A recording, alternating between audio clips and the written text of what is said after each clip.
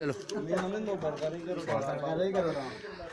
न्याज साहब, आप देखें आज के जदीद दौर के अंदर हम भी सीढ़ियाँ बनाते हैं और आप देखें ये किस तरह की सीढ़ियाँ बनी हुई हैं, जैसा कि आप देख सकते हैं। क्या समझते हैं इन चीज़ों को देख कर आप? ज़िशान भाई बहुत शुक्रिया। देखें जी, 1429 साल गालबन इकरार साहब ने बताया था, 1429 साल, और इस दौर को अगर कंपेयर करें तो ज़मीन और आसमान का फ़र्क है। उस दौर की ये stairs without any concrete, without any steel, अगर ये लकड़ियाँ ऐसे लगा के और गारे के साथ ये जो स्टेयर बनी हुई हैं, इंसान की अक्ल हैरान रह जाती है कि ये इंसान उस टाइम कितना मजबूत था। और ये जो किला बना हुआ है, इसके तहखाने में आप जाएं, किसी एसी की ज़रूरत नहीं है, किसी पंखे की ज़रूरत नहीं है। टेम्परेचर शायद हम चेक करेंगे तो 25 के नॉर्मल होगा, नॉर्मल टेम्परेचर है जी। बड़ी हैरानगी की बात है। और आप ज़रा चल सकते हैं इनके ऊपर, देखें नाजरीन कितना मजबूत हैं। हम यहाँ से ऊपर चढ़ के आए, 82-84 किलो वज़न मेरा भी है। और चंद चूँकि हम पाकिस्तानी हैं, हमारे पाकिस्तान में लकड़ी जो है वाफर मिकदार में मौजूद है, लेकिन उसके बावजूद यहाँ लकड़ी बिल्कुल नापैद है। और देखें खजूर के तने दरख्त ये इतने ज़्यादा मजबूत हैं जो 1400 साल गुजरने के बावजूद अभी तक अपनी असली हालत में मौजूद हैं। ये देखें जी, शायद ये ऐसे तीर अंदाजों के लिए खड़े होने के लिए ये और ये यहाँ से दुश्मन को वाकया, यहाँ पे जो खाने बने हुए ना भाई, उधर से मुसलमानों को तीरों से मारा जाता था, इधर खड़े होकर, और ये दूर के हिस्से से मारते थे।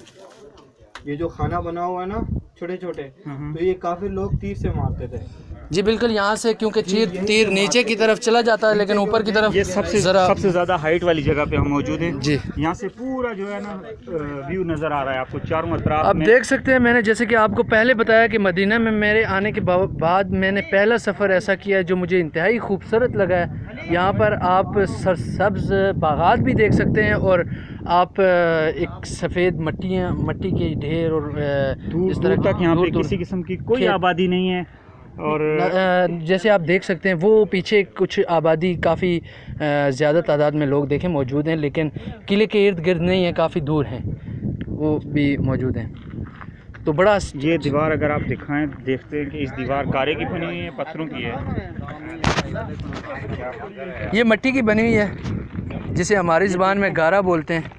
इसके अंदर नाजरीन कोई चिंग बोतल क्या बोलते हैं ना हज़रत उसको, स्टील नहीं, वो चिंग बोतल जो हमारा इस्तेमाल करते हैं काट के गारे के अंदर, इसमें इस्तेमाल किया गया नज़र आ रहा है। देखें कुछ भी नहीं है, कुछ भी नहीं है, बिल्कुल ये सिर्फ गारा है। मिट्टी से बनाई गई हैं दीवारें, छोटे छोटे पत्थर भी हैं, बीच में छोटे छोटे पत्थर भी डाले गए हैं इसकी मजबूती के लिए। और वो नीचे पत्थरों से लेके ये हमारे बशर साहब, आपका सफ़र कैसा रहा? आप थोड़ा पीछे हो जाएं सर, ताकि कैमरा आपको महफूज कर सके। आपका सफ़र ये कैसा रहा, यानी कि खैबर का सफ़र? इतने 2 सालों में पहली दफ़ा आज खैबर आए, और ये तारीखी मकाम ज़ियारत भी हो रही हैं, और ईमान भी ताज़ा, और साथ साथ हम पाकिस्तान में कभी सोचा कि सुना करते थे उलमा से कि खैबर का वाक़या हुआ है और लेकिन देखने और सुनने में बहुत फ़र्क है। यहाँ देख के अभी महसूस हो रहा है कि सहाबा इकराम के दौर में कितनी तकलीफ़ उन लोगों ने बर्दाश्त की है जी, और इतनी तकलीफ़ बर्दाश्त करके हमारे तक ये दीन पहुँचाया है, हमारे तक ये पहुँचाया है, तो हमें घर में बैठ के मिल गया, इसीलिए हमारी कदर नहीं है। यहाँ आके देख के इंसान महसूस कर सकता है। वहाँ सुनते थे जी तपते सहरा में सहाबा इकराम ने को लिटाया गया, ये होगा, यहाँ तपते सहरा देख लें जी, महसूस कर लें।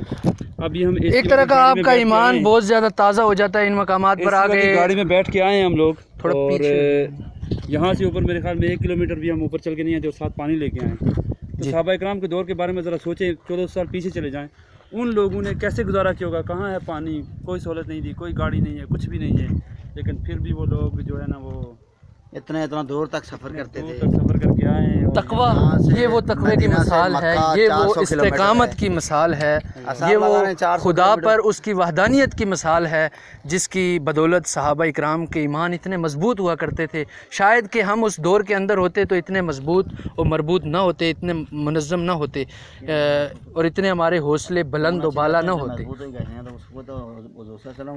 यकीन माने ज़िशान भाई, कल जब मौलाना इकरार साहब हमें मुख्तलिफ़ ज़ियारात में जब सहाबाए कराम के वो तसव्वुरात हमारे जहन में डाल रहे थे, तो जब मैं आंखें बंद करके तो अपने जहन को 1400 साल पीछे लेके जाता था, एक एक्स अपने जहन में डालता था, तो बेसाख्ता मेरी आंखों से कल आंसू निकल रहे थे। मुझे ऐसे महसूस हो रहा था कि यार अभी दुनिया की हर आसाइश, ये देखे पानी, ठंडा पानी लेके गाड़ियों के साथ इधर आ रहे हैं और ये 2-4 किलोमीटर का फासला हम तय करने में हमारी इंसान ख्वाहिश नहीं करता कि काश हम उस दौर के अंदर होते। बिल्कुल बड़ी ख्वाहिश होती है, बड़ी ख्वाहिश है, बहुत ज़्यादा ख्वाहिश होती है कि काश उस दौर के अंदर होते और हम भी इस्लाम में दाखिल होते और सहाबा ताबीन के दौर में होते। काश में इस मिट्टी की खाक का जर्रा होता और अपने नबी के कदमों के साथ लग के पता नहीं कहाँ पहुँचा होता। वाह क्या बात है, बहुत ज़बरदस्त बात कह दी बशर साहब ने।